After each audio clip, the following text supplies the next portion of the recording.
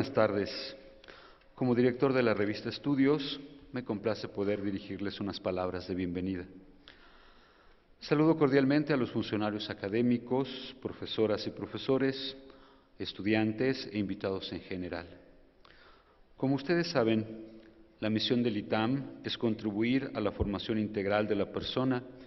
y al desarrollo de una sociedad más libre, más justa y más próspera. Parte importante de esta misión es llevada a cabo por el Departamento Académico de Estudios Generales, por medio principalmente de los cursos de Ideas 1, 2 y 3, Problemas de la Civilización Contemporánea 1 y 2,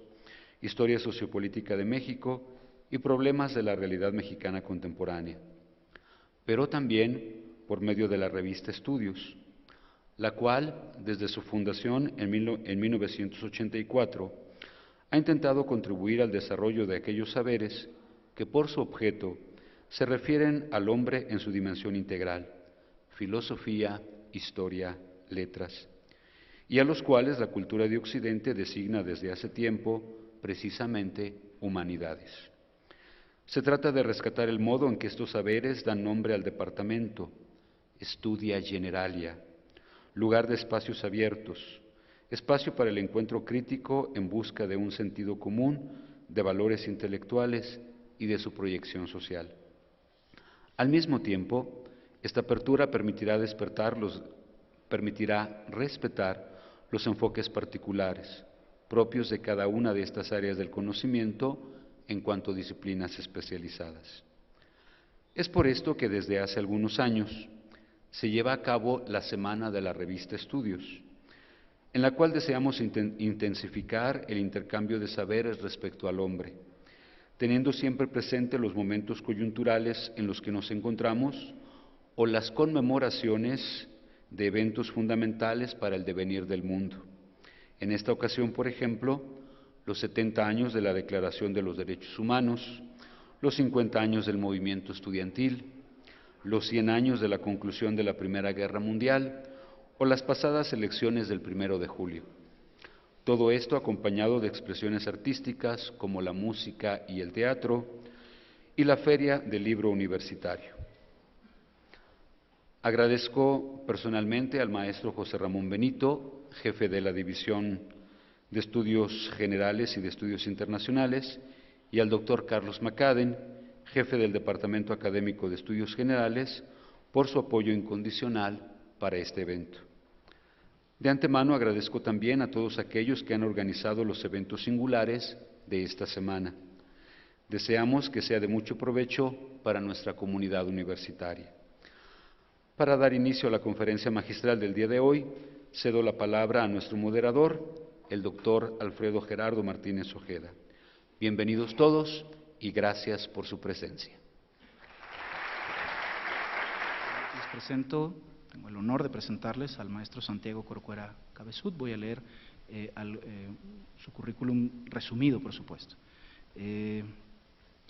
Es licenciado en Derecho por la Universidad Iberoamericana y maestro en Derecho por la Universidad de Cambridge, Inglaterra. Fue integrante del Comité contra la Desaparición Forzada de la Organización de las Naciones Unidas del 2013 hasta el 2017. Fue miembro del Grupo de Trabajo sobre Desapariciones Forzadas de la Organización de las Naciones Unidas de 2004 a 2010 y lo presidió de 2006 a 2009. Fue presidente del Comité Coordinador de los Procedimientos Especiales del Consejo de Derechos Humanos de la Organización de las Naciones Unidas en 2009 y 2010. Fue miembro del Consejo de la Comisión de Derechos Humanos del Distrito Federal de 2001 a 2012. Fue director del Departamento de Derecho de la Universidad Iberoamericana en 1996 y 97, coordinador del Programa de Derechos Humanos de 1998 a 2003 y coordinador de la Maestría en Derechos Humanos desde su fundación en 2000 y hasta el 2005. Es miembro de la Asamblea Consultiva del Consejo Nacional para Prevenir la Discriminación, CONAPRED. Es asesor de organizaciones de familiares de víctimas de desaparición forzada y es autor de una ingente, verdaderamente, cantidad de publicaciones. Gracias. Yo quiero agradecer muchísimo al Instituto Tecnológico Autónomo de México, en particular al doctor Carlos McCadden y al doctor Jaime Ruiz de Santiago, quienes tuvieron pues la gran deferencia de invitarme a estas jornadas de reflexión a 70 años de la Declaración Universal de los Derechos Humanos y pues un día antes del 50º de la matanza del 2 de octubre en Tlatelolco, para tratar un tema que resulta emblemático y relevante en el contexto de estas dos conmemoraciones, que no celebraciones, la celebración de los 70 años de la Declaración y la conmemoración, la remembranza de la matanza del 2 de octubre del 68. Por eso hemos decidido titular a esta exposición la Declaración Universal de los Derechos Humanos y la influencia que ésta ha tenido en el desarrollo del derecho internacional y en general del marco normativo en materia de desapariciones forzadas. Quisiera comenzar primero haciendo una reflexión de contexto. Primero del contexto de hace 70 años y después del contexto de hace 50, para después ubicarnos en el contexto actual, tanto internacional como nacional. Esto me va a tomar algunos minutos antes de entrar ya a una reflexión propiamente de la influencia de la Declaración en el derecho internacional de los derechos humanos en materia de desaparición forzada. Primero, el contexto de hace 70 años. Hace 70 años, corría el año de 1948, y fue el día 10 de diciembre de aquel año en que se proclama, se adopta la Declaración Universal de los Derechos Humanos. En esta fecha tan emblemática, 10 de diciembre de 1948, en virtud de lo cual se ha decidido que ese día, 10 de diciembre de todos los años, se conmemore el Día Internacional de los Derechos Humanos, en virtud de la adopción de la Declaración de 1948, se da después de la conclusión de la Segunda Guerra Mundial y se produce como una especie de grito, de clamor, para que no volvieran a repetirse las atrocidades que se presentaron en el contexto de aquella guerra, y particularmente de las atrocidades cometidas durante el régimen de Adolfo Hitler, sin olvidar otras atrocidades que los victoriosos decidieron mantener impunes, como los bombardeos a Hiroshima y Nagasaki, que desde luego constituyen crímenes de guerra de la mayor magnitud. Pero en razón de ese contexto es que se forma la Organización de las Naciones Unidas en 1945 y muy pronto se constituye la Comisión de Derechos Humanos de las Naciones Unidas, en aquel entonces por solamente 18 países, presidida la comisión por los Estados Unidos de América, en particular por la señora Eleanor Roosevelt, y con la primera consigna de elaborar un documento que constituyera una declaración de la Asamblea General de las Naciones Unidas que contuviera un catálogo de los derechos básicos de la persona humana, originalmente llamada Declaración Universal de los Derechos del Hombre, en francés Droit de l'Homme, en inglés Rights of Man, y hoy rebautizada adecuadamente con el fin de utilizar un lenguaje incluyente y neutral, preferimos decirle Declaración Universal de los Derechos Humanos, y no solamente del hombre. Entonces es en esa fecha y como consecuencia de esos sucesos históricos que en 1946, que se crea la Comisión de Derechos Humanos, se da a la tarea de la redacción de este documento que tiene algunos protagonistas muy especiales, como el señor John Peters Humphrey, que era el director de la Oficina de Derechos Humanos de la ONU, incipiente en aquel entonces, lo que hoy conocemos como la Oficina del Alto Comisionado de las Naciones Unidas para los Derechos Humanos, que fue el upgrade, digamos, que se le da a esta oficina después de la existencia del Alto Comisionado de las Naciones Unidas para los Refugiados. Otro nombre emblemático, además desde luego de aquel de la señora Eleanor Roosevelt, es el del francés René Cassin, el que se le conoce de algún modo como el padre de la Declaración. Pero creo que es justo recordar a un personaje fundamental en la gestación de aquel instrumento internacional primeramente meramente declarativo, que es la influencia que tuvo en el pensamiento relativo al derecho internacional para dotar de la calidad de sujeto de derecho internacional, no solamente a los estados y a los organismos internacionales, sino también a la persona humana. Y tal vez uno de los pensadores juristas más importantes de aquella época es el ilustrísimo ucraniano, en aquel entonces austrohúngaro, cuando él nace, a la postre juez de la Corte Internacional de Justicia e integrante de la Comisión de Derecho Internacional de la ONU, que siendo judío estudia Derecho, después no puede recibirse nunca porque se le impide el acceso a las personas judías a las universidades y nunca obtiene su título de la carrera de Derecho hasta después que obtiene su doctorado en Derecho Internacional en Inglaterra y después es profesor de la Universidad de Cambridge,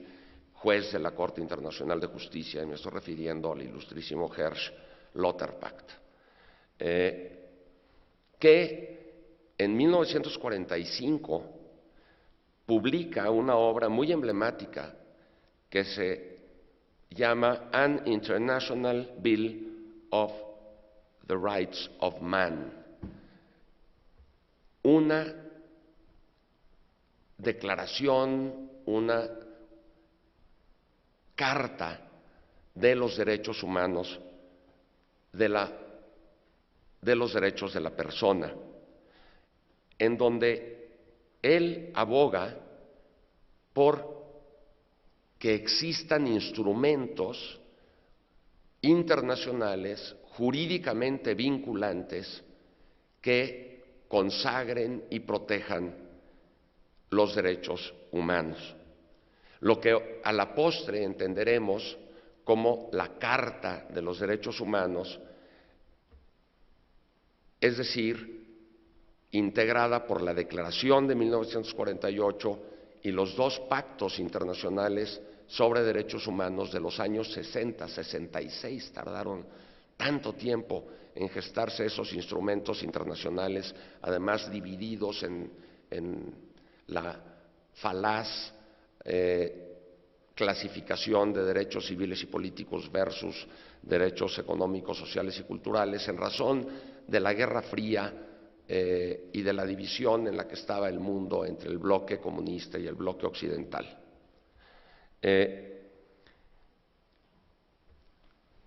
Ese es el contexto de la Declaración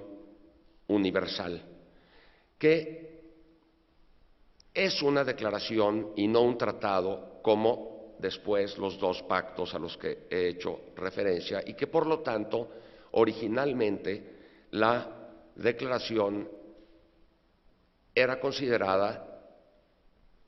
jurídicamente como un instrumento no vinculatorio, es decir, simplemente declarativo, haciendo una declaración muy fuerte, un clamor, un grito muy poderoso,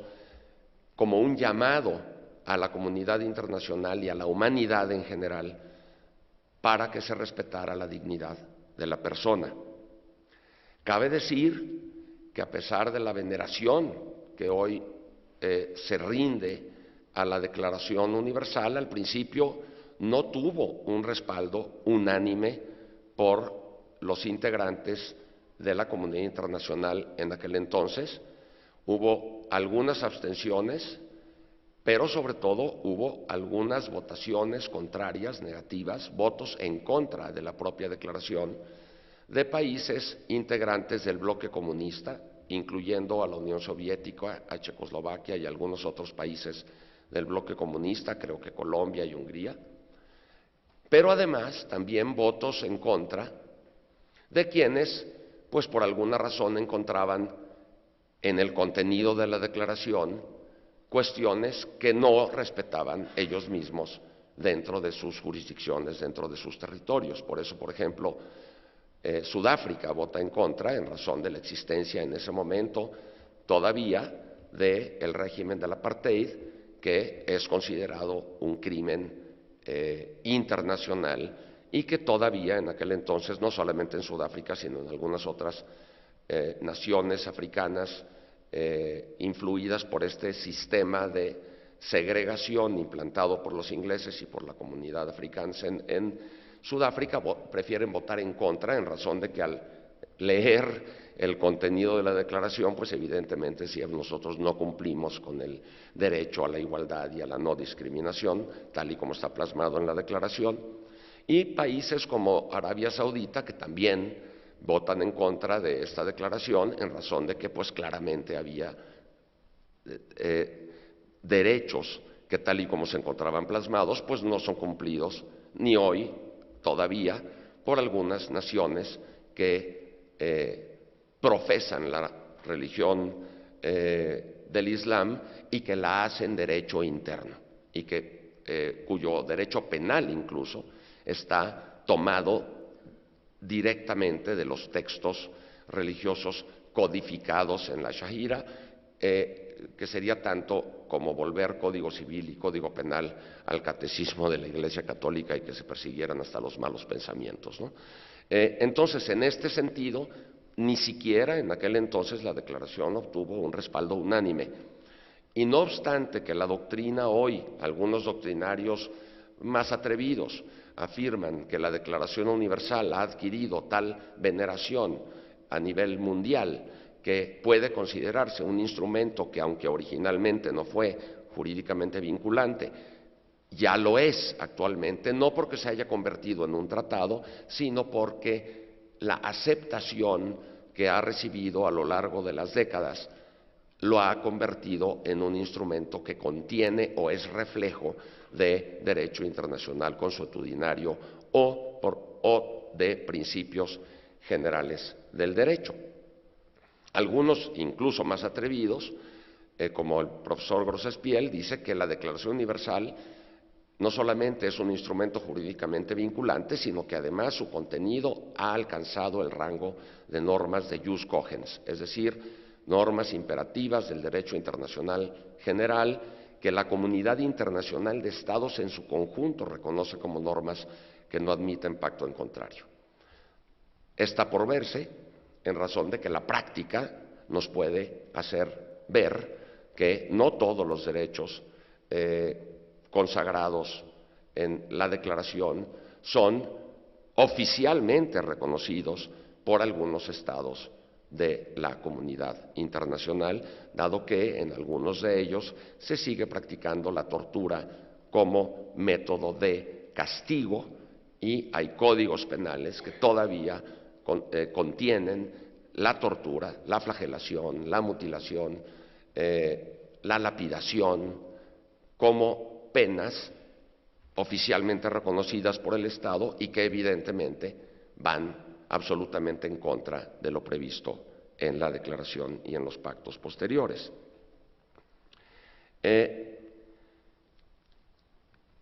Otro elemento del contexto de aquel entonces es el 7 de diciembre de 1941, fecha en la que sucede el ataque japonés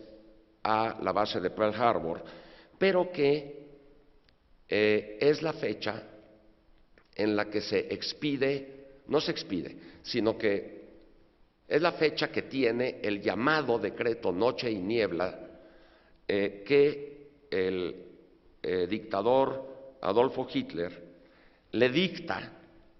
a uno de sus más cercanos colaboradores, el señor Wilhelm, aquí hay un señor que habla alemán y seguro me va a corregir la pronunciación, Wilhelm Keitel, más o menos. Bueno, que después es juzgado por los tribunales de Nuremberg, y en razón del juicio a esa persona es que el propio tribunal rescata el contenido de aquellas directrices o directivas para la persecución de las infracciones cometidas contra el Reich o las fuerzas de ocupación en territorios ocupados,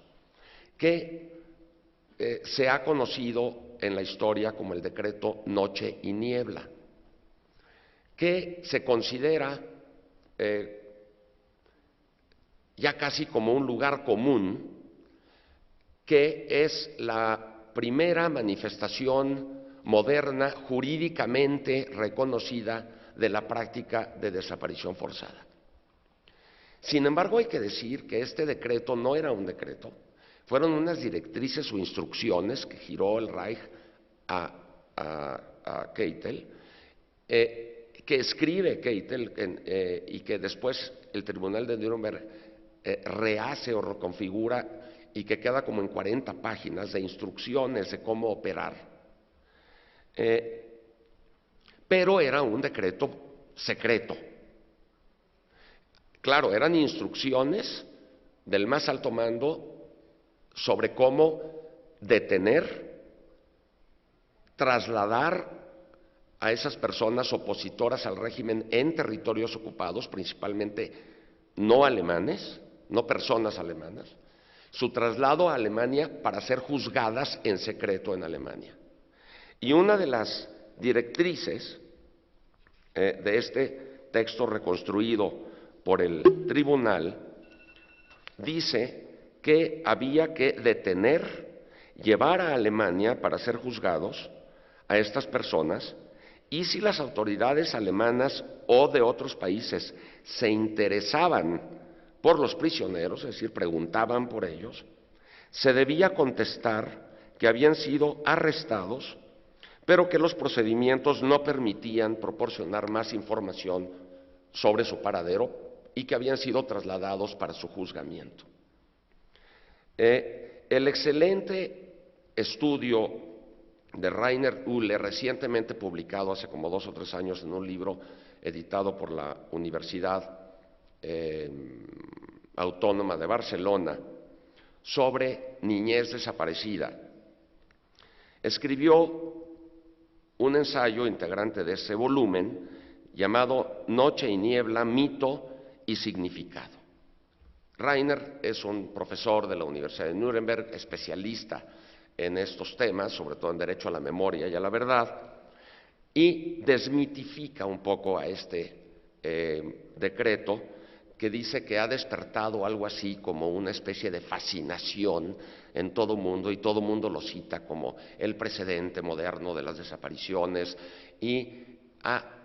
esta mitificación ha provocado una imagen distorsionada de los efectos del mismo decreto. Pues dice Rainer que en realidad fueron alrededor de 7,000 personas oficialmente detenidas conforme al decreto, tampoco fueron millones, ni decenas de miles, tal vez más de una decena, pero menos de 2 decenas de miles,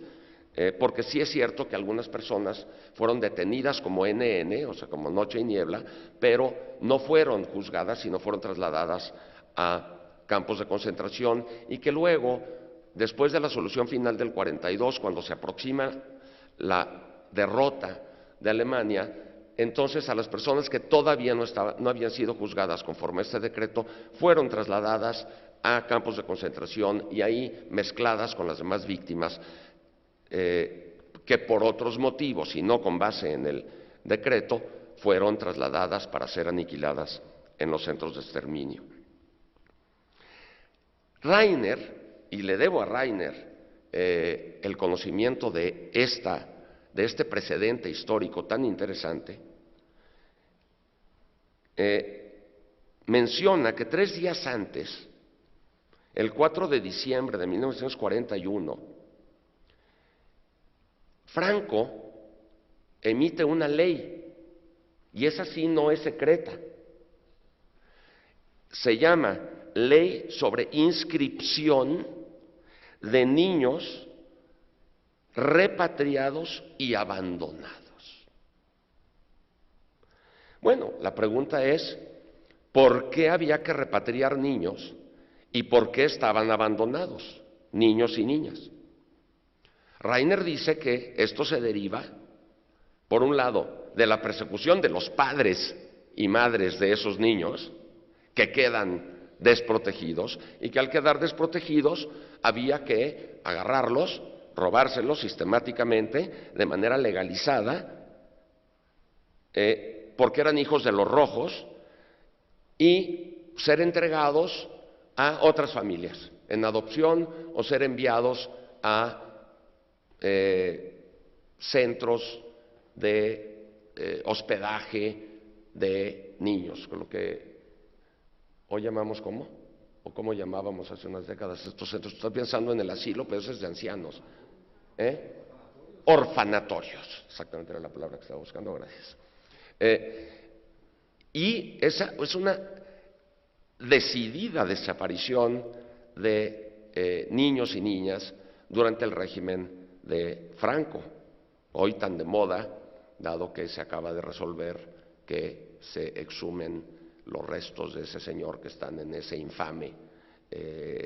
monumento de España, el Valle de los Caídos, y que se lleven sus restos, se le entreguen a la familia y que la familia los ponga en alguna iglesia o en alguna urna donde ellos quieran, pero que España no tiene por qué rendirle pleitesía a ese señor y que ese lugar pues se transforme en otra cosa. Y bueno, yo que ni soy español, lo que yo preferiría es que se derrumbe, ¿verdad? Pero es un precedente interesante en este contexto que yo reconozco, no conocía hasta que hace 2 o 3 años leí el estudio de Rainer, y que después, cuando ya uno tiene conciencia de las cosas, detecta, por ejemplo, publicaciones en Facebook sobre desaparición de niños y niñas con videos de cómo eran despojados de sus padres porque sus padres iban a ser mandados a trabajar en el Valle de los Caídos, o digo, porque se sabe, por supuesto, que el Valle de los Caídos fue construido con mano de obra esclava de nacionales de España, no con prisioneros de guerra de otro país, con prisioneros de la guerra civil, con los republicanos que trabajaron de manera esclava para la construcción de ese lugar. Entonces es interesante recordar ese suceso histórico tan interesante que nos hace mención Rainer Uhle, aunque dice nada tiene que ver con Noche y Niebla, nada tiene que ver ni en el contexto ni nada más. Hay que recordar que hubo un precedente de 3 días antes de Noche y Niebla que de algún modo legaliza la privación de la libertad del traslado de menores de edad. Es el contexto de aquellos entonces. Ahora, hace 50 años, en México, mañana conmemoraremos el 50º de la masacre de Tlatelolco. Dicho sea de paso, en la masacre de Tlatelolco no hubo desaparecidos, parece que de todas las personas solamente hay una que no se sabe cuál es su paradero de las que estaban en Tlatelolco. No es un suceso de desaparición forzada, es un suceso de una masacre, de una ejecución arbitraria, múltiple,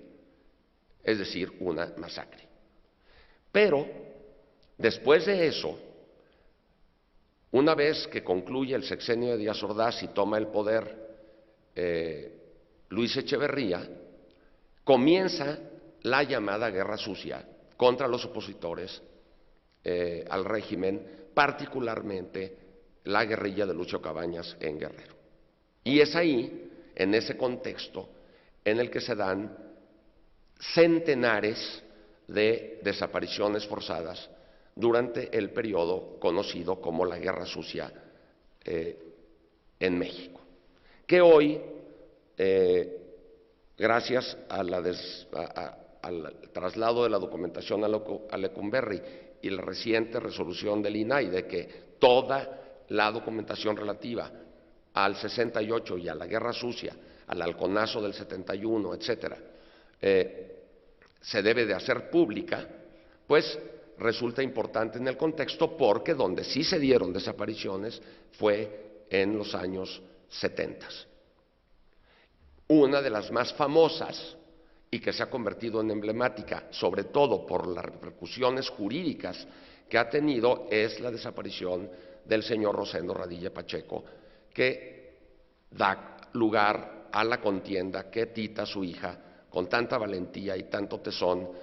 hace hasta llegar a una sentencia de la Corte Interamericana que quienes sean abogadas o abogados sabrán el efecto irradiante que esa sentencia ha tenido al interior del orden jurídico mexicano por muchas razones que no vale la pena en este momento explicar. Pero hay que recordar que Rosendo Radilla fue desaparecido y se encuentra todavía desaparecido hoy por aquella guerra sucia. Ahora, el contexto actual, 50 años después de Tlatelolco, en relación con las violaciones de derechos humanos y centrándonos en el tema de las desapariciones. ¿Cuál es ese contexto? Bueno, pues déjenme hacer un recuento breve en atención al número de muertos por cada 100,000 habitantes, señalando algunas fechas para que ustedes solitas y solitos saquen sus conclusiones. El método de medición de muertes violentas por cada 100,000 habitantes no es muy viejo. Desde que esto se mide así, el momento en el que el índice fue más bajo en la historia del México reciente, quitando la revolución, por supuesto, donde hubo más de 1 millón de muertos, es finales del 2006. Según datos del Banco Mundial, según datos publicados por el Banco Mundial con información de las Naciones Unidas, a principios del 2007, es decir, finales del 2006, con datos de finales del 2006, México alcanzó un índice de 7.9 muertos por cada 100,000 habitantes en todo el territorio nacional. Es un índice alto, pero el más bajo en la historia, ever.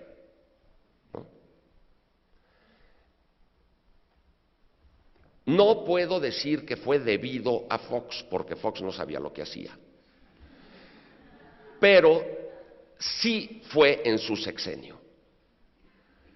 Y aunque no hay estudios muy precisos de por qué se dio esta reducción, si ustedes ven las gráficas de la ONU, van viendo cómo va bajando el índice de muertos por cada 100,000 habitantes en ese sexenio. Si uno lee, por ejemplo, La guerra fallida de Aguilar y Castañeda, publicado en los primeros años del sexenio de Calderón, o por ahí de mediados del sexenio de Calderón, y claro, Aguilar y Castañeda como participantes del gobierno de Fox, en donde él no gobernaba, sino que eran ellos los que gobernaban, era Aguilar, era Castañeda, era Krill, era su gabinetote o su gabinetazo, como le decían, porque él pues estaba pensando en lo peor de aquel sexenio que fue su mujer.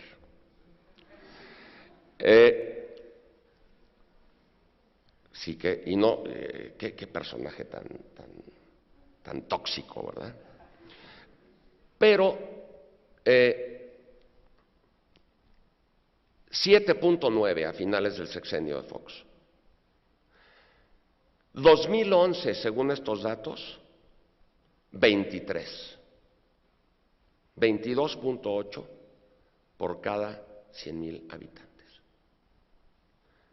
2012, un poquito menos, bajó un poquito a 21.5. O sea, es más de 3 veces, más de 300% de incremento de muertes violentas por cada 100,000 habitantes que nos dejó Calderón. Luego, porque había que hacer algo, ¿no? Por lo menos hice algo, sí, dejarnos un tsunami de sangre, porque si multiplicamos 4.5 litros de sangre que en promedio tiene el ser humano por 120,000 muertos que dejó su sexenio, pues nos da algo así como 500,000 litros de sangre derramada durante su sexenio, pero por lo menos hizo algo, ¿no? Que es casi como decir, hombre, me llegó mi paciente con unos divertículos, pero como la policía, perdón, el bisturí estaba contaminado, pues tuve que usar un serrucho para operarlo y claro, en lugar de curarlo de los divertículos, lo dejé en terapia intensiva, muy difícil de salir de ahí después de la tragedia generada, ¿no? O pues como los bomberos están contaminados por las abejas que están infiltradas con los bomberos, pues entonces hay que usar una metralleta contra los panales de abejas africanas y pues ahí está el resultado. 2014 baja a 16.1, es decir, Peña baja la intensidad pero no cambia la estrategia. Pero 2017 se vuelve el más violento, llegando, según el INEGI, porque este último dato no es de la ONU, a 25 por cada 100,000. O sea, todavía más arriba que como nos dejó Calderón el país. En número de muertos total tiene más Calderón que Peña, porque durante los primeros 4 años bajó el índice. Pero 2017 solito generó este índice de 25 por cada 100,000. Otro dato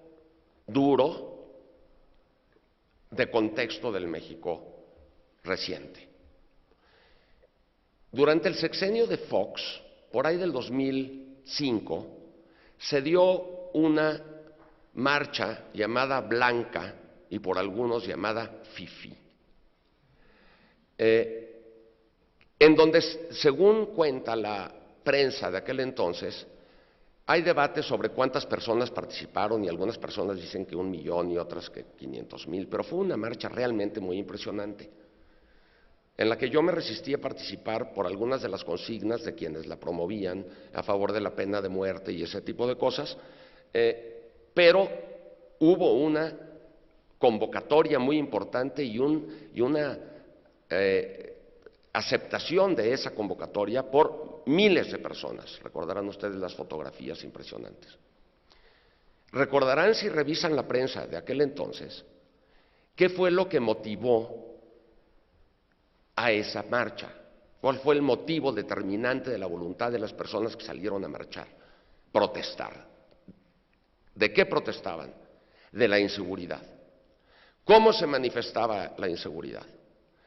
Con alrededor de 550 secuestros.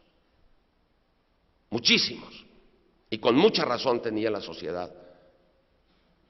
de reclamar semejante situación tan aberrante. Centenares de secuestros. Secuestros. En el 2012, por ahí de octubre del 2012, en las postrimerías del sexenio de Calderón, hubo una filtración de información proveniente de la Procuraduría General de la República que el Washington Post difundió que existía una lista elaborada por la propia PGR en aquel entonces, comandada por Marisela Morales, después premiada con el Consulado de México en Milán, ciudad chafa, y ahí está recontentota, donde se contenía, según el Washington Post, una lista no de 550 o 570 personas secuestradas,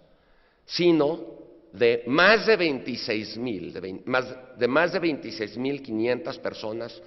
desaparecidas. Yo doy testimonio de que, siendo integrante del Grupo de Trabajo sobre Desapariciones Forzadas por ahí del año 2004, 2005,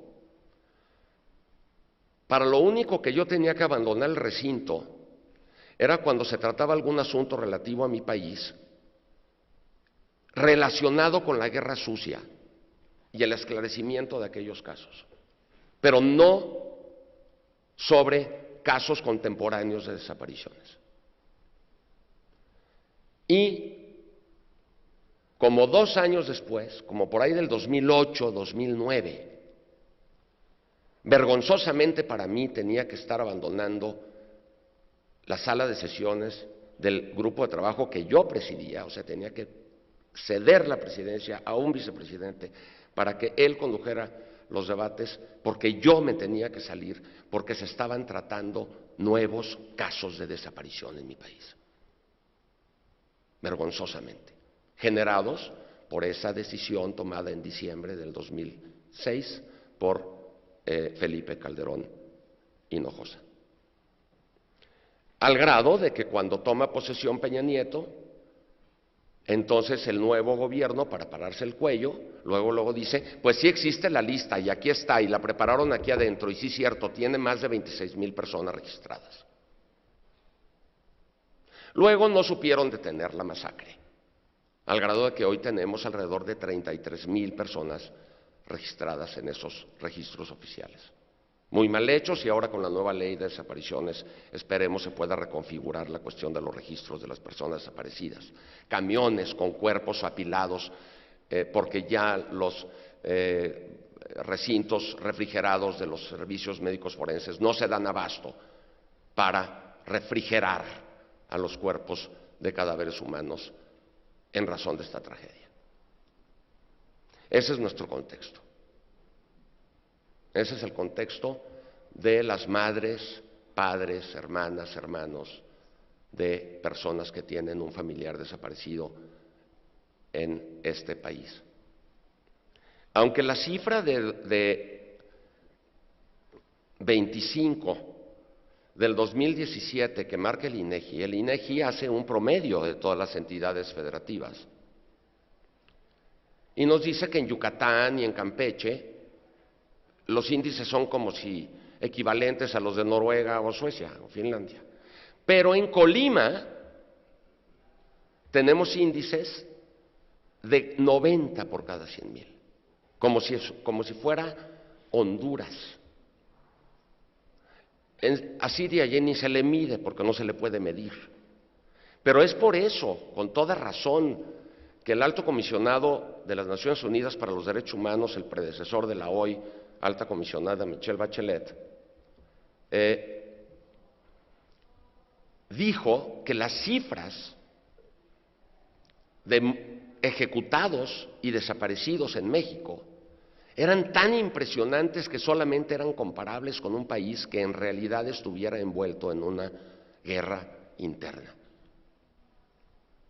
en un conflicto armado interno, que es impresionante para un país que no está envuelto en un conflicto armado interno. Bueno, pues esa es la realidad. Y yo digo que más que incómoda, es alarmante e indignante. Y al enterarnos de cosas como las de Jalisco o como las que supimos hace apenas 4 años con lo de la desaparición de los 43 estudiantes de Ayotzinapa, y cuando nos trataron de vender la verdad histórica con un lujo de detalle de las asquerosidades que se supone que se cometieron, como quemarlos, triturarlos, meterlos meter las cenizas en unas bolsas de plástico, tirarlas en la ribera de un río. Verdaderamente descripciones que provocaban náusea.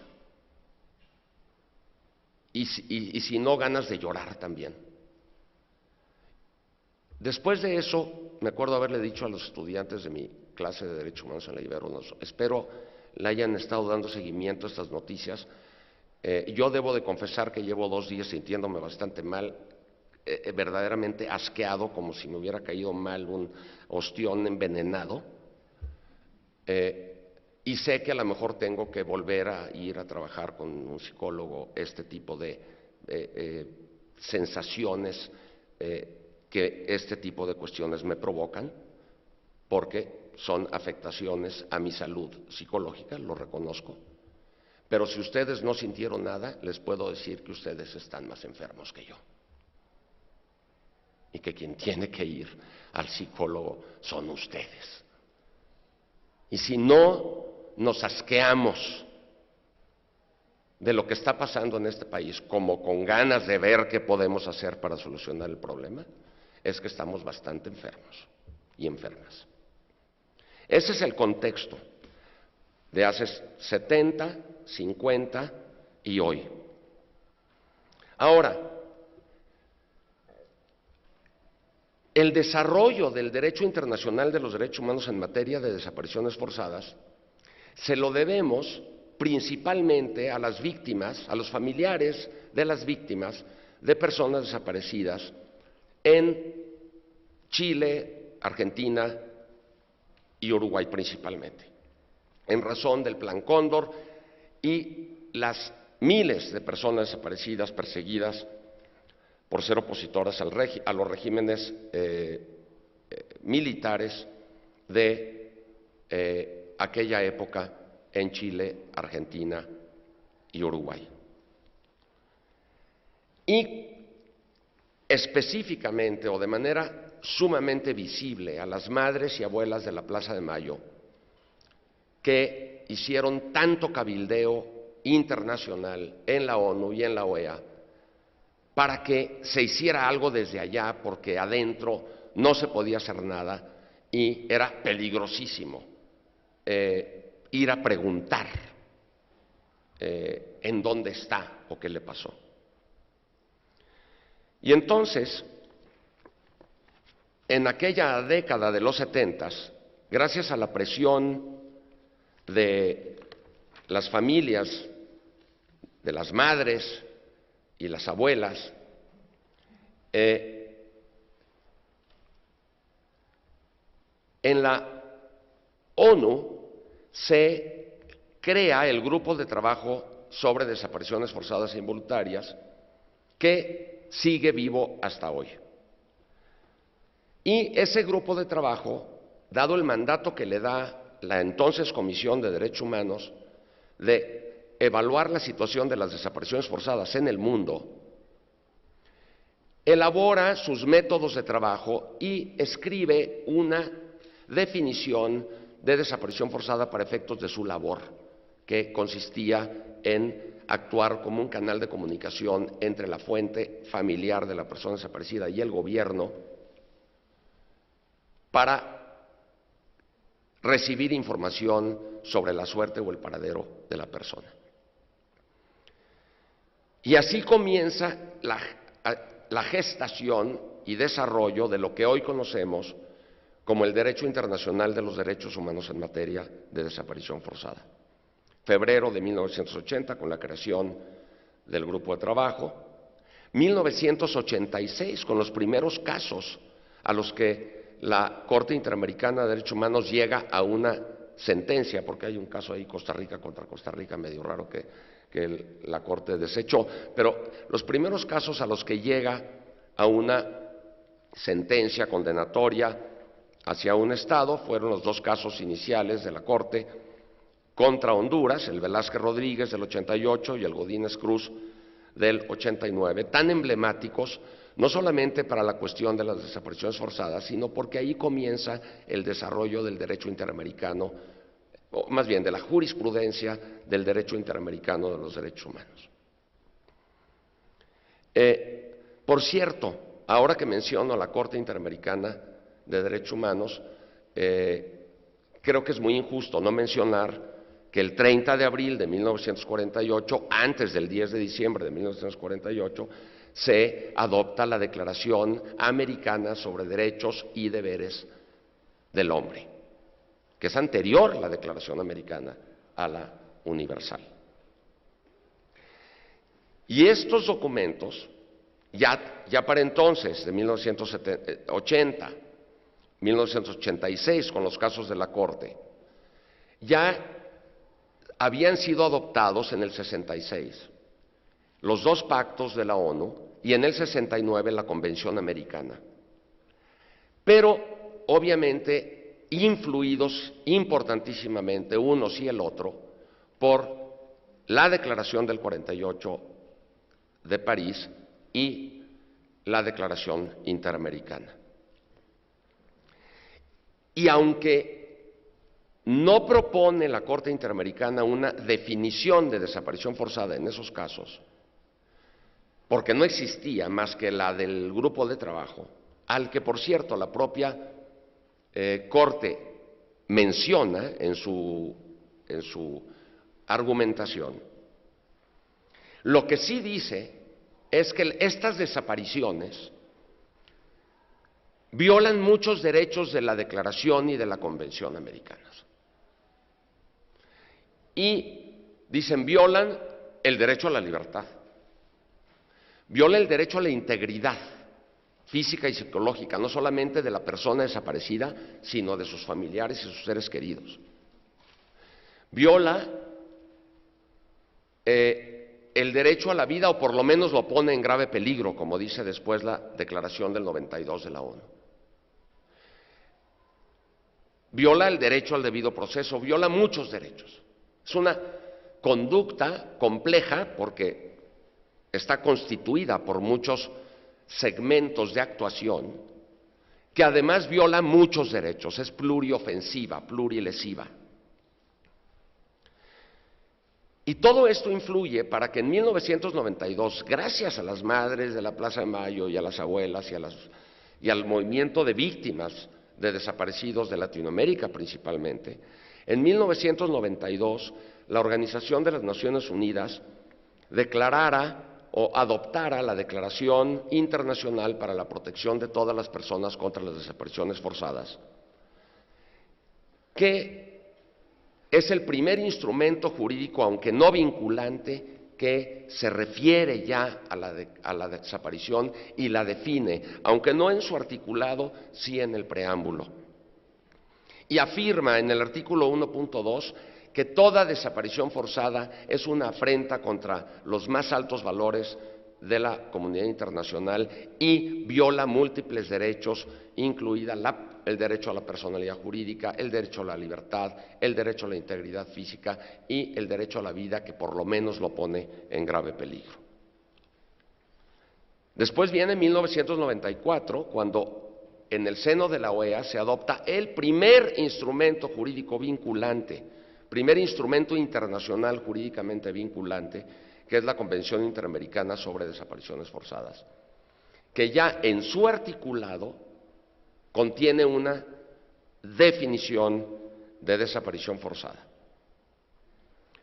Pero todavía no dice, no consagra el derecho a no ser desaparecido, pero implícitamente lo hace. 4 años después viene el Estatuto de Roma, mediante el cual se crea la Corte Penal Internacional,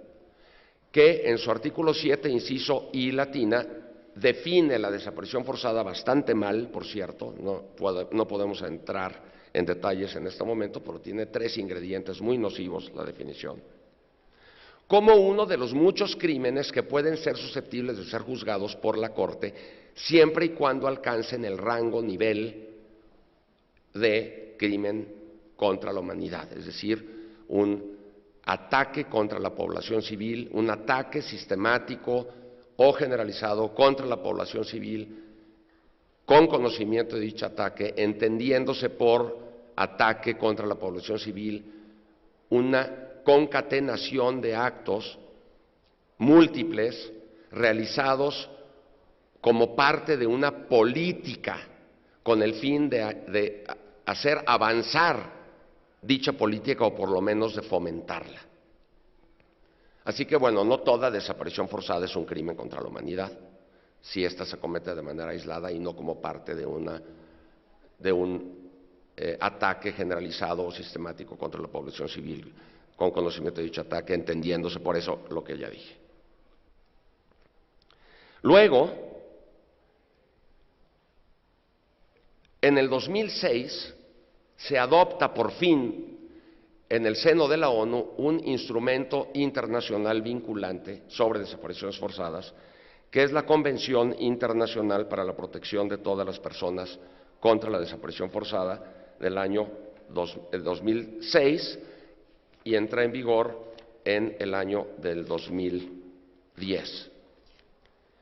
Estos instrumentos internacionales, sobre todo la Convención Interamericana y la Internacional, ambos instrumentos de los que México es parte, establecen la obligación para los estados de adoptar las medidas legislativas que sean necesarias a nivel interno para que la desaparición forzada sea considerada un delito y que la adopción de esas medidas legislativas hagan que la pena que corresponda a quien cometa este delito sea acorde con su extrema gravedad.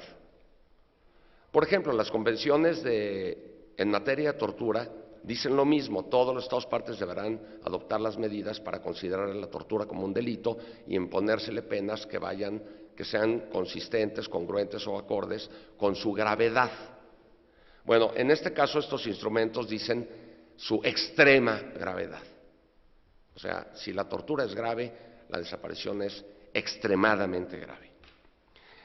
Y la Convención Internacional de la ONU, la de 2006, que entra en vigor en 2010, por primera vez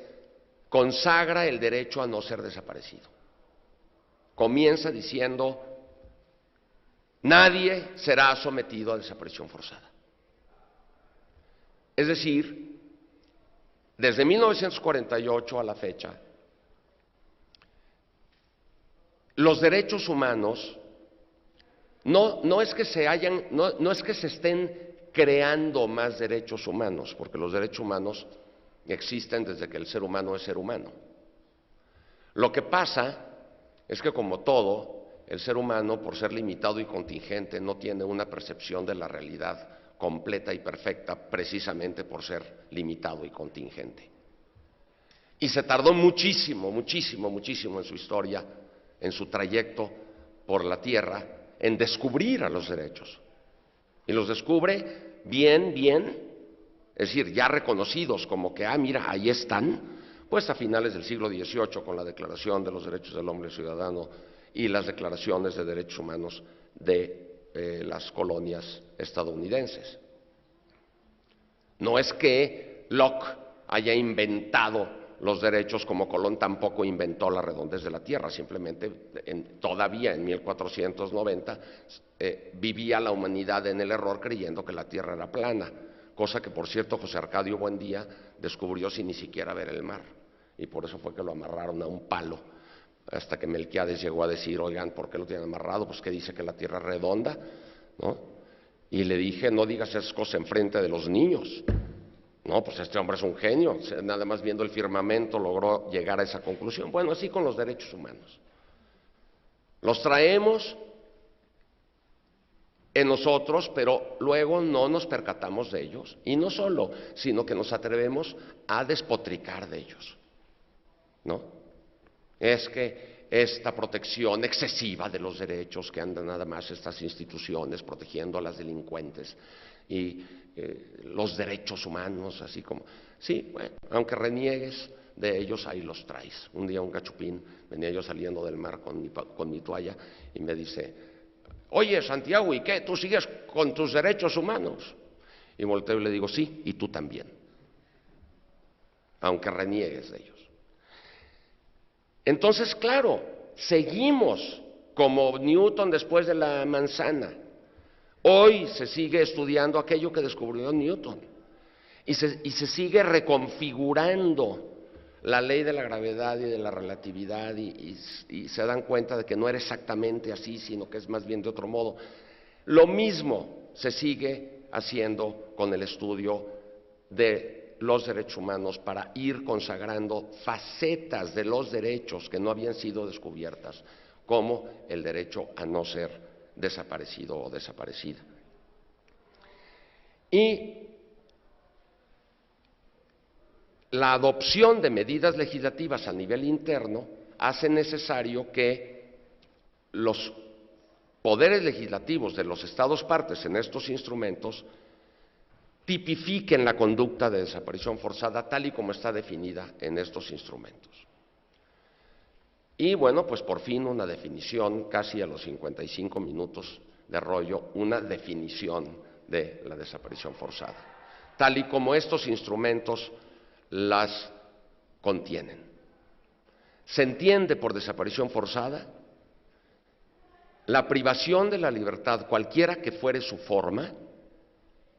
es decir, puede comenzar siendo una privación legal de la libertad y después convertirse en ilegal, seguida de la negativa a informar sobre lo sucedido, es decir, el policía que a lo mejor detiene a una persona, se la lleva, la mata, la entierra, regresa a la comisaría y no le dice nada a nadie, o seguida de la negativa a a reconocer el hecho, lo que implica que alguien llega y pregunta y esa persona dice, no sé o yo no fui, o seguida de la negativa no a reconocer el hecho, no a reconocer la privación de libertad, sino a proporcionar información sobre la suerte o el paradero. Eso resulta aún más cínico, noche y niebla. Si han de preguntar por ellos, díganles que sí lo tenemos, pero no podemos proporcionar más información de dónde están o qué le está pasando, ¿no? Con lo cual, perpetrada por agentes del Estado, de cualquier sector o nivel, es decir, un policía municipal de Iguala o el general secretario o el secretario de Marina o el secretario de Gobernación, o de cualquier sector o nivel, o por particulares o grupos de particulares que actúan con la autorización, el apoyo, el contubernio, la complicidad, la aquiescencia, el asentimiento de agentes del Estado. Es decir, la desaparición forzada es como la tortura. Solo es cometida si hay intervención del Estado y por lo tanto es un crimen de Estado. Aunque a algunos comentócratas oficialistas orgánicos les parezca que esto es una exageración, no es ninguna exageración. Como tampoco es una exageración decir que Iguala sí es México, y no como nos trataron de decir que Iguala no era México, que exagerados. Entonces, ¿qué es Iguala? ¿Y qué son los agentes municipales que los detuvieron y los entregaron al crimen organizado, sino agentes del Estado mexicano? Por eso había que salir a la calle con pancartas que dijeran, fue el Estado, porque lo fue. Y el primer problema, el primer escollo para resolver un problema es negar el problema. Porque entonces, pues, ¿por qué yo? ¿Y yo por qué? Como dijo Fox, ¿no? A diferencia de otra conducta que hemos llamado, en razón de la Convención Internacional, desaparición cometida por particulares, que es exactamente la misma conducta, la privación de la libertad, seguida de la falta de información o de la negativa a reconocer la privación de la libertad o de la negativa a proporcionar información sobre la suerte o el paradero de la víctima, pero cometida por particulares sin intervención directa o indirecta de agentes del Estado. No basta con que la autoridad sepa y no haga nada, sino que por lo menos tiene que asentir, otorgar aquiescencia, colaborar como sucedió en Iguala. En razón de la crisis que la llamada guerra contra el narco, que no es una guerra propiamente dicha, aunque tiene visos muy claros de parecérsele mucho, según ya algunas instituciones internacionales lo han dicho, cuando tenemos este contexto, se hizo necesaria la presencia del Grupo de Trabajo sobre Desapariciones Forzadas en México en el 2011 y después la comparecencia de México ante el Comité contra las Desapariciones Forzadas en el 2015. En el 2011 acababa yo de salir del Grupo de Trabajo y en el 2015 estaba yo en el comité y no pude participar en el debate por ser mexicano, entonces me subí a la cabina rusa a ver desde ahí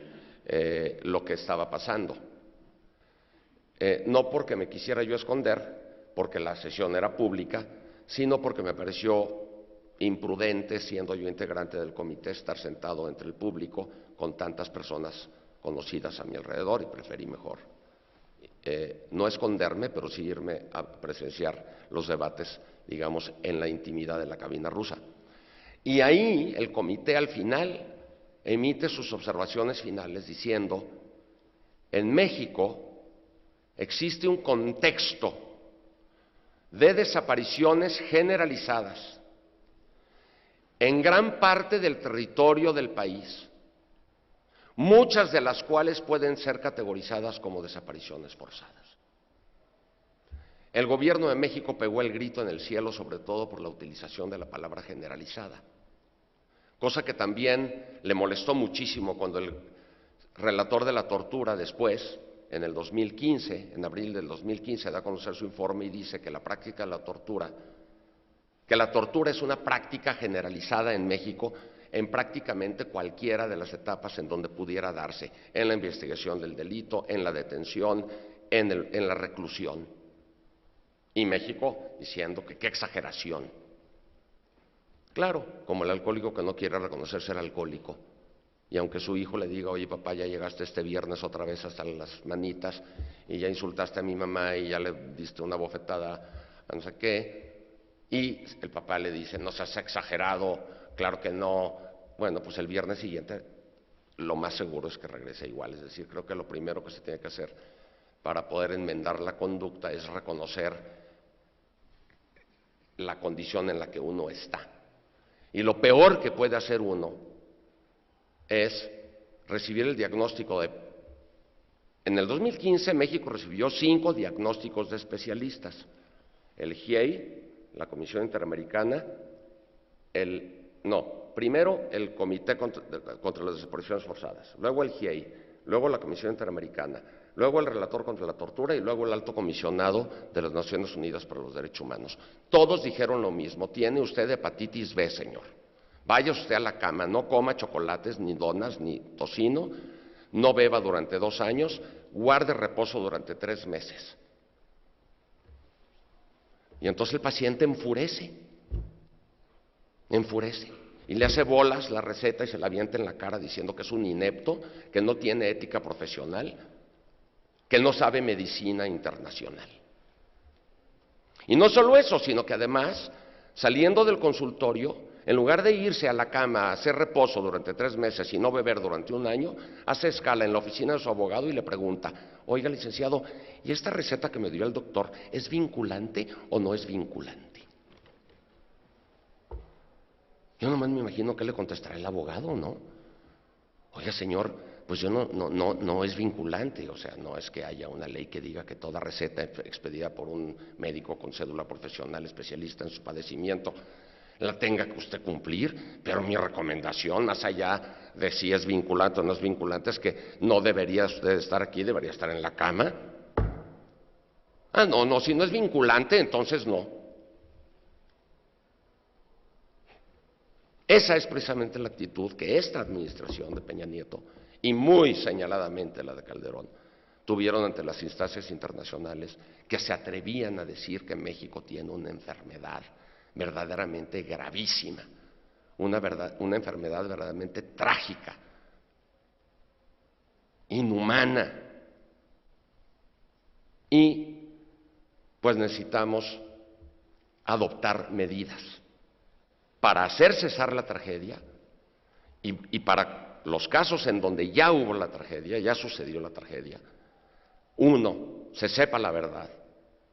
2, se haga justicia,